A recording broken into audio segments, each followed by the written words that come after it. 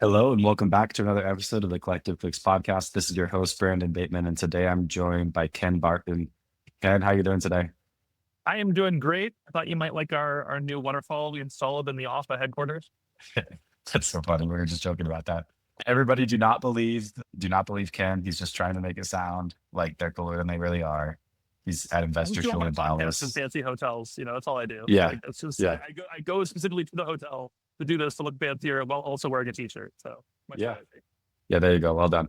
So for anybody not watching on YouTube, which you should once in a while, Ken has this like just fantastic, beautiful fountain behind him, just displaying his wealth for the world to see.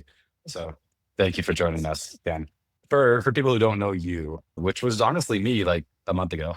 So before we met and we've been working on some stuff together, which has been pretty cool. Who are you? Where'd you come from?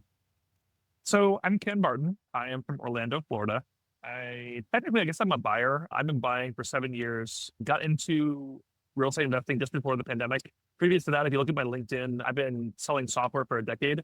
I have 2 degrees in Mandarin Chinese. Brandon, I'm also single. But no, a lot about me. But yeah, like my whole introduction to this space is the off market space. I've been always buying off market. I made my first $1 million like buying off market deals and doing big burrs.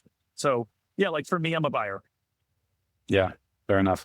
Cool. Yeah, good for you. So that's kind of the background that you came from, and now how long have you had Alpha for the company? Off has been officially launched for this is our fourth month in business. Yeah, so kind of brand new. So if you're listening to this, you're kind of hearing the beginning of Ken's journey, but it's cool because we've been in touch and I know some of our clients have been working with Alpha, and it's just it's cool to learn about Ken's perspective on dispositions in the market right now. What we were just talking about was the fact that across the board, I mean, everybody likes to talk about contracts. If you think about it, I even see like some of our competitors on the PPC side where they're like, we're not going to say the return on investment, but just look, like you get this many leads, it takes you this many to get a contract, your deals are worth that much money. It's like, okay, are we just like skipping the fact that half of them fall through and It's more than half, calling? Yeah, way well, more than it half. I mean, depends. that's the real problem. Yeah, it depends on the business. So we were just talking before about your previous experience being at Empora title, right? Yep. Where you would see that like what percentage of contracts do you say fell through in general? So what's really interesting is Empora basically has two kinds of customers, right? And I was head of sales at Empora Title, which by the way, shout out, great company. Like I've closed 3 transactions with them, highly encourage you to use them. They're specifically only for investment properties. So like investor focused title, great idea. Mhm. But at Empora, there's basically the newbies, those are people who've done less than 6 deals with Empora, and there's the pros who've done more than 6. On the newbie side, less than 20% success rate. Now, that could, Brandon, I Crazy. mean, we know like a lot of wholesalers, like especially when you're newer to the game, to get something under contract, maybe it doesn't make sense. You find something out later in title. There's a lot of reasons why deals don't actually close. But even the pros only had on average, 40% close rate. And like I have a lot of opinions about that. I don't necessarily think that it's a title defect issue, or I think like wholesalers aren't good at their job. I think wholesalers are really good at their job. They get deals with nice margin, nice meat on the bone. I think the big excuse everyone's to say is, oh, it was a bad deal, but I don't think so. Like y'all wouldn't, wholesalers wouldn't spend 10, 20, 30 hours locking in a contract over 3 to 6 months if the deal was bad. The deal is good. I think my big bullish opinion here, Brandon, is that I think that like we're not getting enough eyeballs on deals in the off market space. I think the off market doesn't have enough buyers. I think that is our like core problem. It's, you work with someone like Bateman and you get, quality leads coming in, you get them under contract, but you still have to dispo. You're still going to find that buyer making money. What happens That's the to us game. all the time that we we underwrite a marketing campaign based on the idea that there's going to be 25% contract fallout or something like that. And then here we are sitting with 50% fallout, and the numbers don't make as much sense as they would Right. if we had lower fallout. So yeah, it's a real thing. And I can tell you there are people who have it dialed in. Like we have clients that'll have less than 15% fallout. But Sure. man, we have clients that fall out like crazy. Right. Yep. So it's all over the place. Like you said, there's a ton of different reasons for like why the fallout happens. So let's talk about, like, I know what you get into here is basically like dispositions being a big portion of this. And like you said, that there's title issues happen, right? Stuff like that. Yep. But at the end of the day, finding the buyer is one of the biggest things. I can tell you, we just did a study across a bunch of wholesalers, flippers, etc., asking them what, like, a bunch of different metrics about their business. One of the things that we asked was your contract fallout rate. And we also gathered information about how many of their deals are different types and stuff. What's interesting is across the board, the average contract fallout rate, as reported by them, which I have faith in this number to, if anything, be optimistic, Okay. is 28%. But Fallout was 28%. yeah, but for wholesalers, it was like 40%. And for people who were buying the properties, it was closer to like 10 or 15%. So Sure. it gives you an idea. Like when I see that number and I see it varying based on that, it tells me that there's something about wholesale that causes it to have more fallout. Well, what's that reason? Obviously, if you're buying it yourself, you just removed one of those variables, right? So that almost tells us like where you could get if you didn't have that variable of not being able to find buyers, right? It shows you that that's like a big part of it. And right, of course, even those people buying it themselves, do they have fallout because the seller backed out or because of title issues or whatever? Like, yeah, but Or for them, that was like, there's a million reasons why a deal yeah, falls through. Like it's not just the actual deal. It's not just the terms. Like there's a lot of reasons. yeah, But I think once you isolate those down, you look into it, you're like, okay, guys, like this is way too much fallout. And what I would argue, actually, Brandon, in your study, did you like research how much time like wholesalers are putting per deal? Because like if you do that math, right? 40% of my deals fall through. I'm assuming average deals like 10 to 20 hours to totally bring it to conclusion. That's a lot of wasted energy. Jesus Christ. Like that's rough. yeah. Oh yeah, I did not. We did not ask that in the survey, although we very well could have. I could tell you just from anecdotal experience. Yeah, it can be rough, and it can be disheartening for a team. Like think about a sales team. Like I mean, you worked in sales for years and years and years. Yep. These guys get paid when it closes, not when they get the contract. You know how disheartening it is that you like if you're falling out of 50%, you're going to have some salesperson one day who gets 10 contracts and 9 of them fall through, just by the And you're numbers like, game, and they're not going to get say, why paid, they're and it's working going to here. be yeah, Right. it's Like, super. terrible. Yeah. So, anyways, talking about things that like can be controlled pretty well. I mean, this is the spirit of where alpha came from. So, if for anybody listening who doesn't know what alpha is, so just assuming probably everybody because you've been around for like 4 months. True. Share it. Who are you guys? What are you up to? And what do you believe about dispositions that other people don't? Yeah, I have a lot of opinions about dispositions, and actually, I'm going to zoom out after I explain what alpha is to talk about like the off market because I've like really crystallized what my goal is for 2026 now. But like we're in the end of the year, I'm thinking about like where we want to be in a year from now. So alpha is Tinder for off market real estate.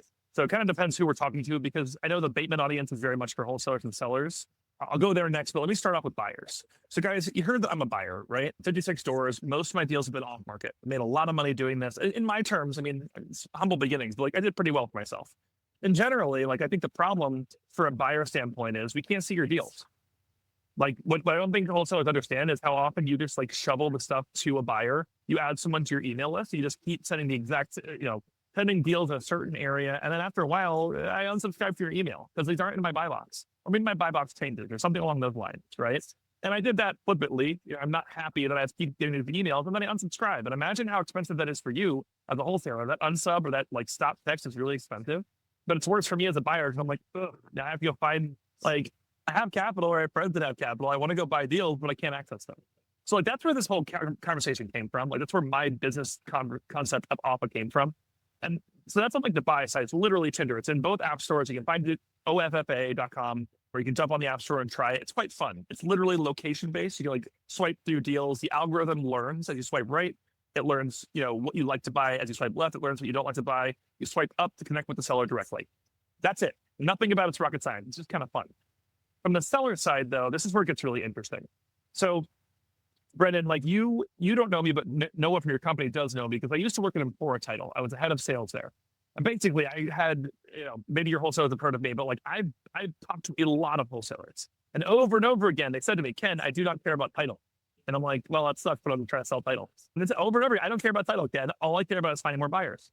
The biggest problem, bar none, today, at least all of last year when I was head of sales at Empora, was finding buyers. And I think like you were agreeing, right, Brandon? Like it's a huge issue for your clients as well. Yeah, I mean, we can keep tabs on this, like the common issues that our clients are running into. And right now, dispositions is at the top of the list. Yeah. For sure. Yeah. And that's what galvanized me to build this because like I'm a sales guy, I can't hear the same problem over and over again and not say, okay, like guys, this must be possible to solve. And so like there's lots of partners out there. There's other like investor blank. There's lots of companies out there that do these things. We built Alpha to be a little bit different. Alpha is entirely free to post. There's no subscriptions. We don't charge anyone on a monthly fee. And we only get paid whenever we succeed. So like to me, that was the smartest way to go about the business. And that's us in general. So like, Brandon, that answers my question about like Alpha as what we do. I want to talk about like Dispo and specifically off market. So I can't tell you, Brandon, how many times I bragged to like my Bitcoin buddies. I live in San Francisco, so I bragged to a lot of my crypto friends, and I explained to them the tax benefits of like investing in real estate and buying off market deals, rehabbing them, and like writing 100K off my taxes. And these guys think I'm crazy. They're like, "You're a wizard, Ken." And I'm like, "You have no idea that the other half of the country is doing this all day long. Like we all do this. We're all buying deals. We're getting deductions. Like we're doing it." And so my big opinion, Brandon, I don't know how closely have you followed Airbnb? Have you spent much time following that business? I know it's a tangent. I'm sorry, but like, do you know anything about their business? Oh, I'd like to think I know something, but like not. I probably know as much as the average American does about Airbnb. Perfect. The reason why I say this is like my business model for OFFA and my opinion of the off-market real estate industry is like it's like the vacation rental industry was like probably 15 years ago. And here's what I mean by that. So for the listeners out there, if you guys didn't know, before Airbnb came around, the global vacation rental market was only $800 million. And you can fact check me, Brandon. I encourage you to do it. So $800 million, right? Today, the global vacation rental market is about $135 billion. Airbnb owns 94% of that market. The reason why is they made it fun. They de-risked it. They added insurance. They made online payments. They made all these ways that make it more enjoyable and easier for a buyer to do this thing, to access this, right? And so if you want to know my opinion of off-market real estate and like specifically for wholesalers, is I think wholesalers do not have enough access to enough buyers because I don't think buyers know the whole off-market real estate exists. I think the problem is wholesalers are constantly trying to sell to experienced real estate investors. And that is the problem. Who you want to sell to are my parents. My parents own small businesses. They buy entirely in cash, and they'll buy deals that are 30 minutes from their home entirely in cash. And they bought 4 off-market deals in the last 2 years. And that's who you want to buy. They'll buy 5, 10, 20K over. They don't care. They're buying based on like convenience to be physically close to them. They don't care if it's a big mess. They need the deduction. They make too much money. And so my opinion is OFFA will grossly expand the buyer market, which will, in the end, massively positively impact the seller market. And that is my plan for 2026. All right, cool. So let's talk about what it is right now. And as I spoke with you about this, I can tell you the turning point for me. Like, you talk about how right now you guys have these different ways to find buyers and stuff. Like as you're kind of building up the platform and the number of people on it. Obviously, the long-term vision and what it is right now are different, right? Because you have to get from like the fastest way from point A to point B isn't always like the straight line between them. Sometimes you kind of gotta go like around some obstacles. One of those obstacles being we were talking about some marketplace, right? And it needs a lot of traction on both sides to be really valuable. So you have like your own campaigns. As I understand it right now, somebody can submit a deal into OFFA and you guys are calling and texting and emailing buyers in order to help get that deal sold. Well, which is cool. And like you mentioned, there's a number of platforms that do this kind of thing. And I'm not necessarily advocating for or against any of those other platforms. I know of multiple that are pretty good. But what you told me when you were trying to encourage some of our clients to jump on OFFA, that kind of rang really true with me. It was just this idea of a split test, because this is what nobody else really provides. Is basically there's the ability, like anything that you're already doing to try to sell your deal. Working with Ken doesn't mean you can't do those things. You can still do all those same things. You can also work with Ken on top of that, have him list the property on this platform, see if you can get some buyers in front of it. And if you find the right buyer, then you can decide like, okay, I have this offer for 500 from this one guy and Ken's buyer is offering 510. Cool. Then you can decide, is it worth paying the fee to get the buyer for 510? And there's not really a lot of risk with it other than just like the time it takes to put the stuff on the platform and stuff like that. So that's pretty cool. And I have it on a per deal basis, right? Because I'm sure on some deals, there's always like the unicorn buyer is always that person who's going to pay way too much money. And you can never be predicting where they're going to come from, right? But they're probably out there somewhere, right? So you put a few more lines in the water. Like this is, in my opinion, just based on the clients you've worked with, I need to come from a humble place with this because like I'm not a real estate investor. I'm not out there like slinging deals all the time. I could just see like talking to real estate investors, hearing how they talk about dispositions. A lot of times the focus is on we got to get the deal moved. And I also see some of our clients that are really focused on not just getting the deal moved, but getting the deal moved at top dollar. And it makes a massive difference, right? Because like you're stressing out about like that deal that you couldn't get moved because you wanted to make 10 grand on it. Meanwhile, there's a deal that you could make 50 on that you're making 30 instead because you didn't put the extra effort into it. And there's more revenue there than there is on that 10 grand deal that you're trying to get across the finish line just to get the deal, right? So So I'm a firm believer that like you put more lines in the water, like the worst thing that can happen is that you get too many bites, and that's not going to hurt you as the wholesaler at all, right? That's what creates value actually. Precisely. It was hard for us to get here, honestly, Brandon. Like, if anyone has ever used our previous name was off market, OFFmarket.com. And then we had to like go to a four-letter domain. And previously, like we did charge $300 a month because we were having trouble keeping up with like we have a lot of wholesalers that want to use us, but it's expensive. I mean, right now, Brandon, we send 2 to 4 million texts a month, and we're only handling like 1,000 deals. But like by middle of next year, we aim to have like 5 or 10,000 deals online per month, and it's not that much money. But like these things hurt when you're small, like we only win when our guys close. So like we're very incentivized. As you can imagine, our business is highly incentivized to close your transaction, to find you the right buyer, because otherwise we make nothing. So like we're in it with you. But that is like the big pitch I try to say to a wholesaler. What do you have to lose? Okay. Like, why would you not throw your deal on offer? And the other reason why I always use the Airbnb illusion, the metaphor, I'm like, if you were to start vacation rental today, there's no way you would not put your property on Airbnb as another, like maybe you want to rent it to your friends or whatnot, but there's no way you would avoid Airbnb. That wouldn't make any sense. That'd be illogical. That is where I plan for often to be in a year. But Brandon, I want to tell you some secret sauce, okay? So you talked a little bit about like making more money.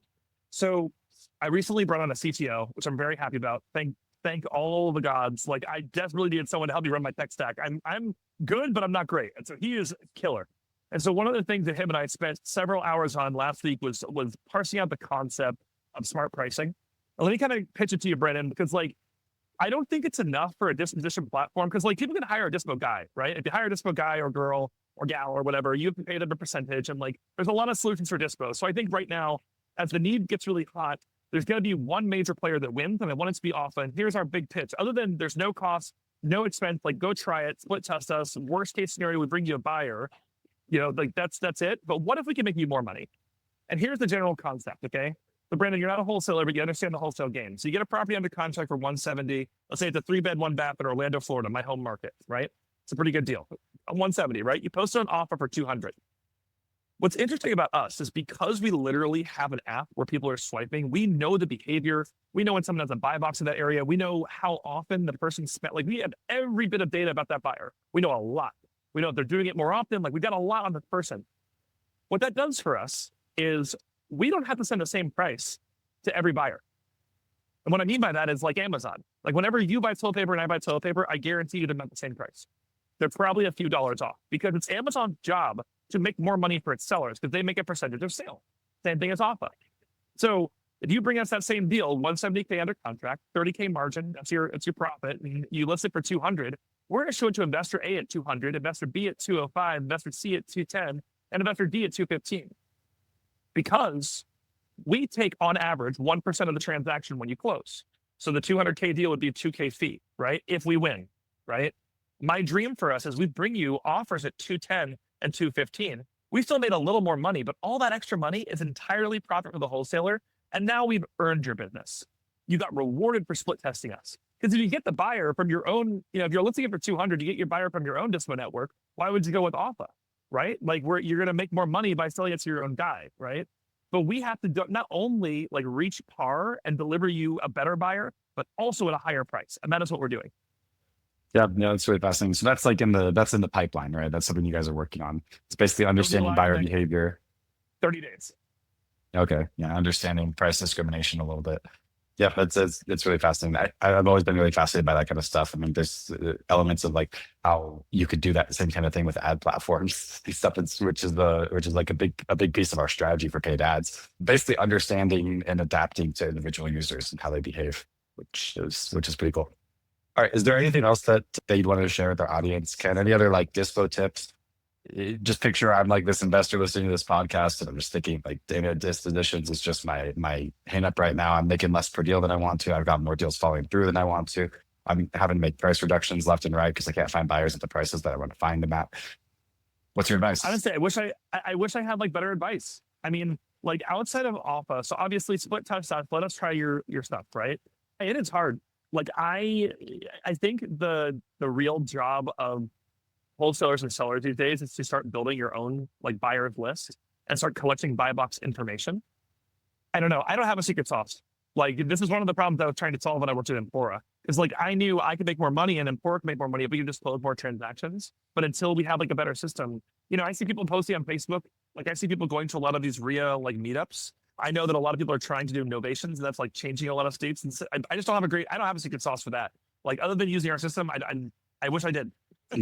Yeah, fair enough. Well, it's one more thing to add on, and if 1 in 20 deals gets a better offer, like it's worth it.